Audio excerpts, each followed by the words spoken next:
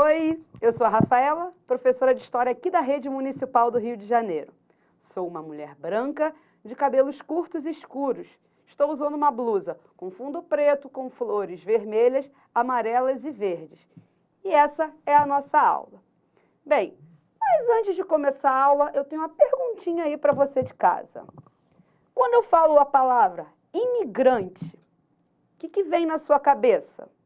Bem, talvez um português que vem treinar algum time de futebol aqui no Brasil, ou alguém de um país da América Latina que esteja aí morando perto da sua casa. Bem, mas você sabe o que significa a palavra imigrante? E a palavra emigrante? Vamos lá. Antes de começar a aula, essas palavras são muito importantes para a gente aprender. Imigrante é justamente uma pessoa que chega num país. Por exemplo, esse português que veio aí treinar um time de futebol, ele aqui para o Brasil, ele é um imigrante. E para Portugal? Para Portugal, ele é um emigrante, porque ele saiu daquele país para um outro. Outra palavrinha bem legal que também a gente tem que saber para a aula de hoje é o termo migração. Bem, migração vai ser justamente o ato, é quando uma pessoa ou um grupo de pessoas sai de um lugar para o outro.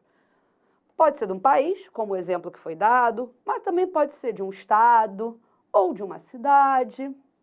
As migrações sempre ocorreram na história e foram muito importantes para o processo de formação de alguns países, por exemplo. Se você olhar assim bem a nossa cidade, você vai ver que ela é formada por pessoas de diferentes origens, ou seja, de muitos migrantes. Mais um processo de imigração foi fundamental para a identidade, tanto do Brasil, tanto daqui da nossa cidade. Foi a migração forçada de indivíduos de África que vieram para cá serem usados como mão de obra. Se você não se ligou, eu estou falando aqui do tráfico negreiro e do processo de escravização. O tráfico de negros transatlântico foi a maior migração forçada da história. Essa migração forçada deu origem à diáspora africana, que foi justamente esse processo onde os indivíduos que moravam em África foram retirados, foram forçados a vir, por exemplo, para o nosso continente. Bem, temos um cálculo, um número, uma estimativa de que 11 milhões de indivíduos vieram para a América. Desses 11 milhões de indivíduos que vieram para a América, 5 vieram para o Brasil. Bem, e nesses navios negreiros, navio negreiro era um navio que transportava essas pessoas. Não vinham só números, A gente fala 11 milhões, 5 milhões, mas eram pessoas. E por serem pessoas, traziam junto consigo sua cultura, sua religiosidade, sua culinária, suas formas de organização política. E isso marcou toda a América e principalmente a nossa cidade. Então, parte da cultura carioca está intimamente ligada a esse processo.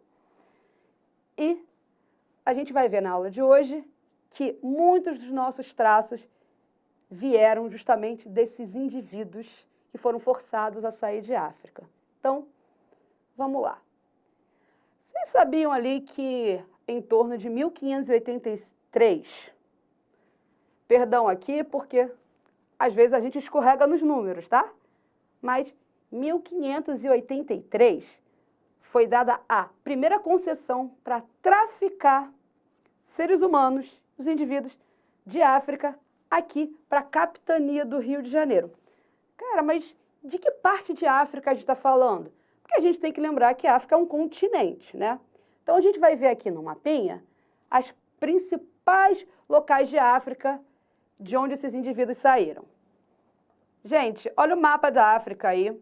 É só olhar para as setas. Essas são as 3 principais áreas de onde saíram os indivíduos aqui para o Brasil. Temos, por exemplo, ali em marrom, a África Central Atlântica, que é a região onde estão Congo e Angola, os atuais países, né? Ali de verde é o Golfo do Guiné e a setinha amarela é Moçambique.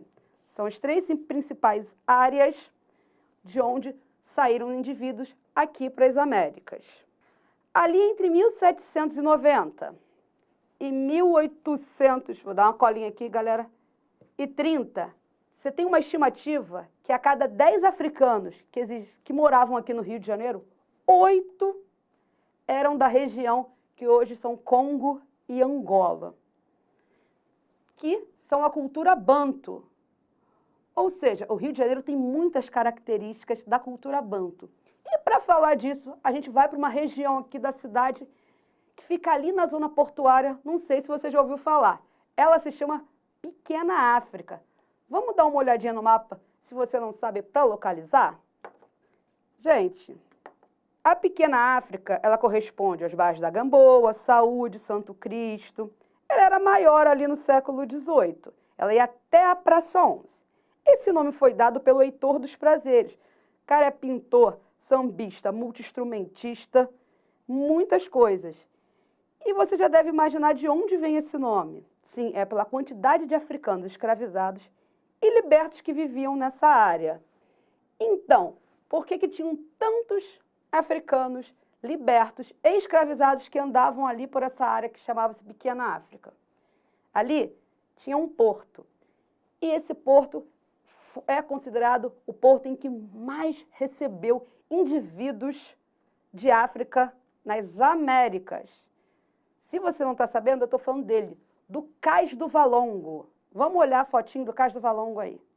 O Cais do Valongo foi construído em 1811.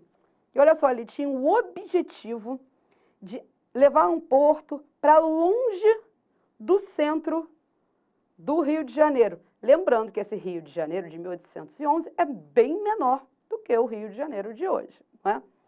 Bem, a Praça 15 era o centro mercantil dessa cidade. Não caía muito bem ter um porto ali onde chegavam pessoas depois de 3 meses de viagem em condições péssimas. Então, levou-se esse porto para as margens da cidade. Gente, lembra que eu falei ali no início da aula que aproximadamente 5 milhões de indivíduos de África chegaram aqui? Então, desses 5 milhões, 1 milhão entrou no Brasil via Cais do Valongo. Lá no Valongo foi criado todo um complexo chamado de mercado de escravizados para justamente dar conta desse movimento na área. Cais do Valongo, ele é muito importante. Ele é um monumento por alguns motivos. A gente não pode esquecer, a gente não pode relativizar o que aconteceu. Ele é um monumento de resistência do Brasil e do mundo, tanto que ele é um patrimônio da humanidade pela Unesco. Mas nem só de Cais do Valongo vive a Pequena África.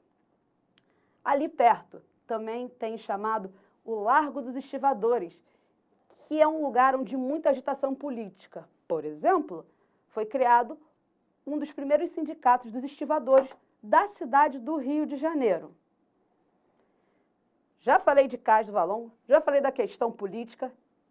Falta falar do quê? Gente, no Cais do Valongo, aliás, desculpa, na Pequena África tem também Pedra do Sal, quilombo, um dos 3 quilombos urbanos do Rio de Janeiro e, até hoje, polo cultural e um dos berços do samba. Lá, no Largo João da Baiana, o Donga e o próprio João da Baiana se reuniam para fazer samba.